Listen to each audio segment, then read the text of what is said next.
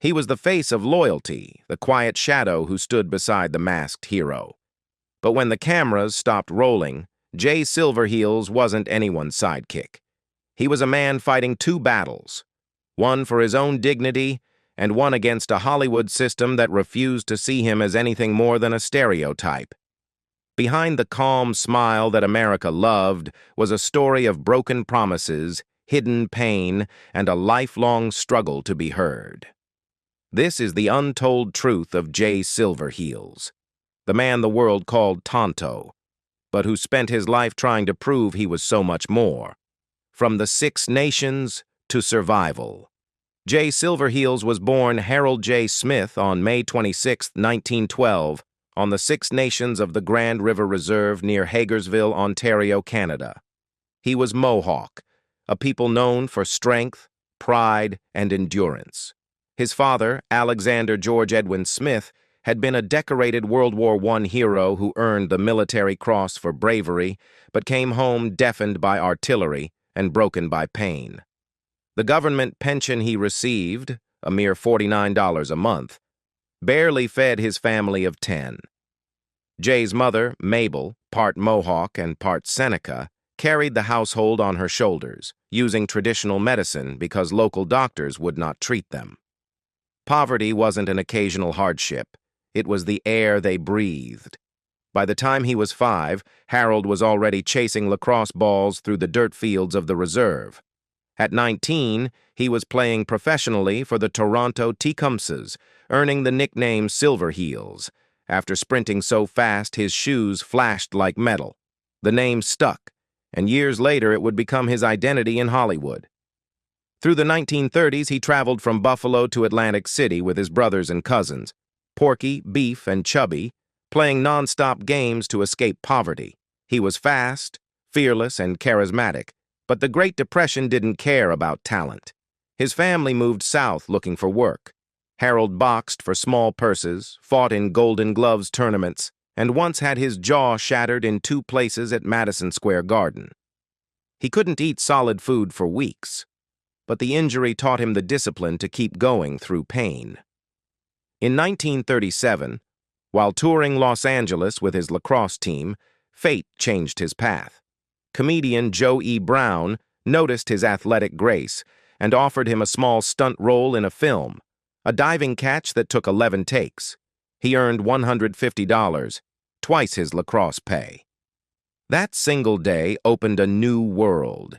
He joined the Screen Actors Guild, started calling himself Jay Silverheels, and took whatever parts came. Uncredited native warriors, background scouts, stunt doubles for white actors in brown paint. He slept in cheap motels, worked as a waiter between jobs, and endured directors who made him strip to the waist just to look authentic. Still, he learned. He studied Shakespeare in secret at night, reciting lines from Hamlet to an empty mirror. He had the body of an athlete, the soul of a poet, and the resilience of a survivor, traits that would one day make him unforgettable. The road to Hollywood and the making of Tonto. Hollywood in the 1940s was not a place built for men like Jay Silverheels. It was dazzling on the surface but deeply segregated beneath.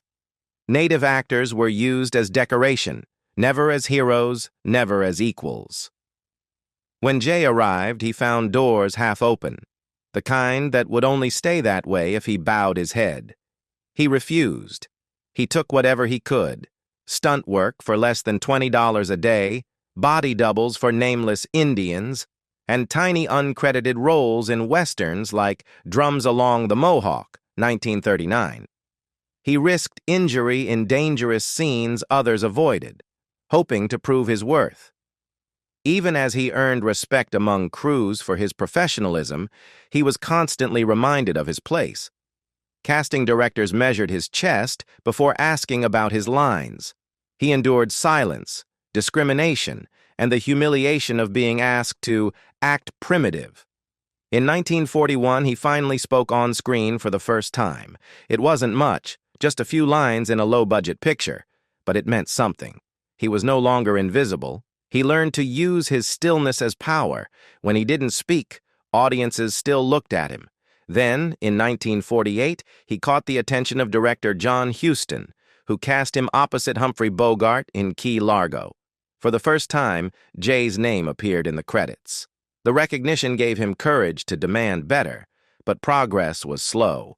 In 1950, he was cast as Geronimo in Broken Arrow, a film hailed as progressive, yet still gave its lead native role to a white actor painted brown. Jay understood the irony. Even in stories about his own people, Hollywood preferred imitation. Then came 1949, the year everything changed. When ABC adapted the radio hit The Lone Ranger for television, producers searched for an authentic native actor to play the Ranger's companion, Tonto. Jay auditioned among 35 candidates and, against studio expectations, won the part. It was the role that would define and confine him. On September 15, 1949, The Lone Ranger premiered. America fell in love with the masked hero and his loyal friend. Overnight, Jay became the most famous native actor in the world. But fame came at a cost. He was paid half of what his white co-star Clayton Moore earned. He spoke lines written in broken English. "Me wait here. You go into town." That made him cringe. When he complained, directors called him difficult. Yet he carried himself with grace, turning what could have been ridicule into quiet dignity. The burden of fame and the battles behind the mask. The Lone Ranger became a national phenomenon almost overnight. By 1951, it ranked among the top 10 television shows in America, and children across the country shouted, "Hi-yo, Silver," in their living rooms. But for Jay Silverheels, fame came with contradictions. He was celebrated everywhere he went, yet constantly reminded of his place off-screen. Fans wanted photos, but studio executives still wouldn't let him use the same dressing room as Clayton Moore in the early days. The working conditions were harsh. Filming often took place under punishing California heat, where Jay's suede and wool costume turned into an oven. Early in production, he and Moore had no proper facilities and were forced to change in a nearby gas station restroom. One morning, Jay simply refused to continue until the studio treated them with basic respect. The next day, new dressing rooms appeared. It was a small act of rebellion, but it set a tone. Jay would not be silent. Still, the emotional weight of the job never left him. The name Tonto itself, meaning fool or stupid in Spanish, became a wound he couldn't escape. When a reporter visited him on the Six Nations Reserve in 1957 and asked about his most famous role, Jay simply replied, "Tonto is stupid." Those 3 words carried decades of frustration. He had given dignity to a character that was never written to have any. On set, he fought subtle battles. He often rewrote lines, refusing to deliver dialogue that made Tonto sound foolish. Directors grew angry. One even tried to attack him physically before being restrained. But Clayton Moore, the Lone Ranger himself, defended Jay every time. "Let it play," Moore said. "It sounds more natural." Their friendship became the quiet heart of the show. 2 men from different worlds bound by mutual respect. In 1955, during a stunt rehearsal, Jay suddenly collapsed, clutching his chest. It was a heart attack, likely from years of stress and heavy smoking. He was hospitalized for 8 weeks. Producers temporarily wrote him out of the show, claiming Tonto was in Washington meeting the Great White Father. When Jay returned, thinner and tired but determined, he finished out the series with dignity until it ended in 1957, after 221 episodes. By then, he was 45 years old, famous, respected, but spiritually exhausted. The role that had given him everything had also taken something from him, the freedom to be seen as anything other than the loyal sidekick. The fight for representation and the Indian Actors Workshop. When The Lone Ranger ended in 1957, Jay Silverheels should have been free to choose his next chapter. Instead, he found himself trapped inside Tonto's shadow. Every script that came his way looked the same. Another Indian warrior, another silent figure standing behind a white lead. Hollywood had built a cage, and they expected him to stay in it. The 1960s brought a cultural shift, but not for native actors. Studios still cast white men in red paint, while the real voices of indigenous performers went unheard. Jay refused to disappear. He began to speak out, quietly at first, then louder. In interviews, he said, "We are not wooden figures. We are human beings with our own dignity and stories." Few listened, but he didn't stop. He took small parts in series like Wagon Train, Rawhide, and Daniel Boone. Sometimes just one line, sometimes none. Yet he carried those moments with pride, always trying to make the character more than what was written. Producers remembered him as professional and gracious, never bitter. Still, the reality was cruel. While his co-stars earned small fortunes, Jay's paychecks barely covered his family's needs. By 1962, he was looking for a way to create lasting change. Along with fellow performers Iron Eyes Cody, Buffy Sainte-Marie, and Rod Redwing, he co-founded what became the Indian Actors Workshop in Los Angeles. It started as a weekly class in a church basement and grew into a movement. Jay used his own money to buy chairs, rent space, and bring in acting coaches. His goal was simple: to train Native people to tell their own stories, to give them the skills to compete in an industry that had long denied them entry. The workshop taught voice, diction, and film technique, but it also became a refuge, a place where indigenous actors could speak their languages without fear, where identity was not a liability. "We have to unlock the dormant creativity of our people," Jay said in 1973. "It's been buried too long." Not everyone agreed with his approach. Some younger activists criticized him for working within Hollywood instead of burning it down. They called the word Tonto a slur and saw his legacy as compromised. Jay listened, nodded, and kept teaching. "Change," he said once, "doesn't come from shouting outside the gates. It comes from walking through them." Even as his health began to falter in the early 1970s, Jay continued mentoring students. He had turned the pain of being misrepresented into purpose, building the foundation for generations of indigenous actors who would one day claim the roles he was denied. The final years and the decline of a fighter. By the mid-1970s, Jay Silverheels was no longer the strong, athletic figure audiences remembered from The Lone Ranger. The years of hard work, financial struggle, and constant typecasting had taken their toll. He had spent decades proving his worth in a world that never truly saw him. The heart attack he suffered in the 1950s was only the beginning of his health problems. In 1974, he suffered the first of several major strokes, which left him partially paralyzed.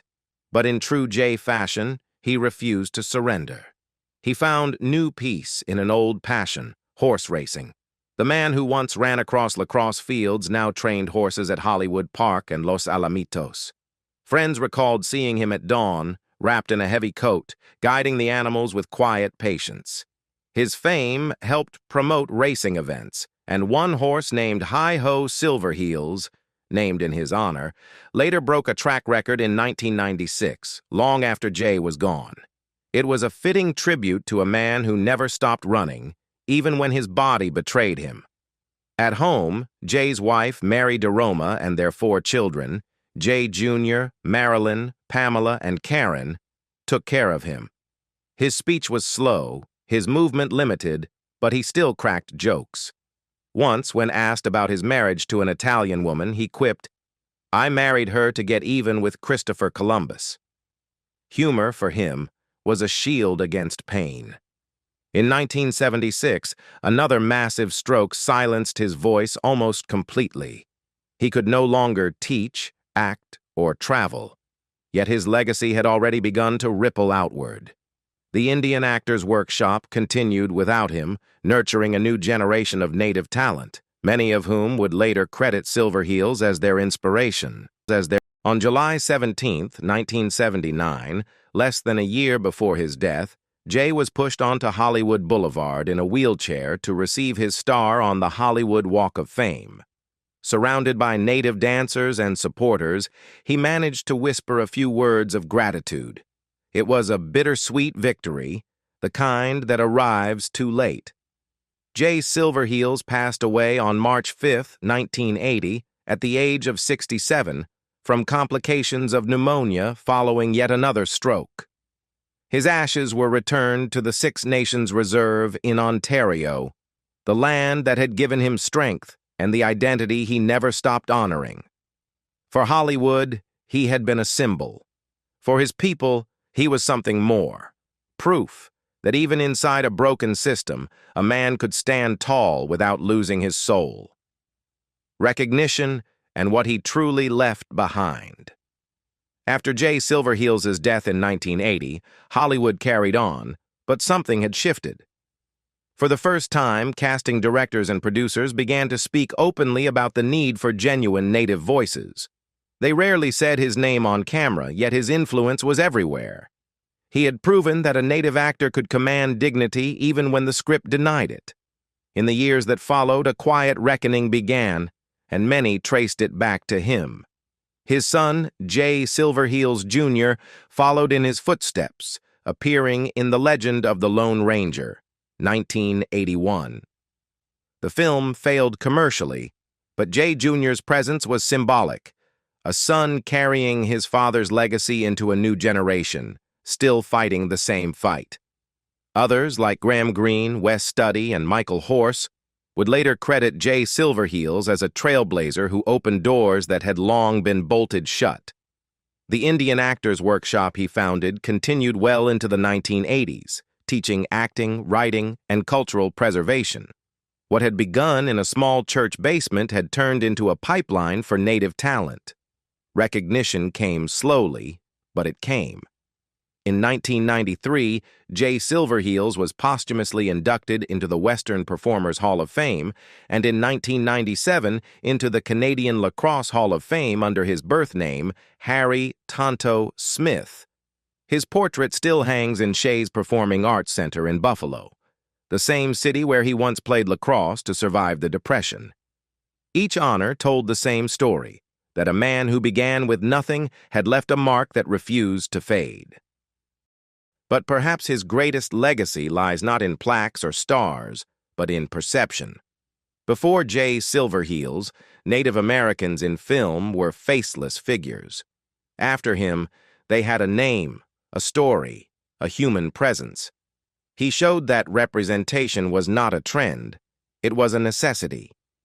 He took a role written as a stereotype and filled it with heart, turning Tonto from a caricature into a companion millions admired.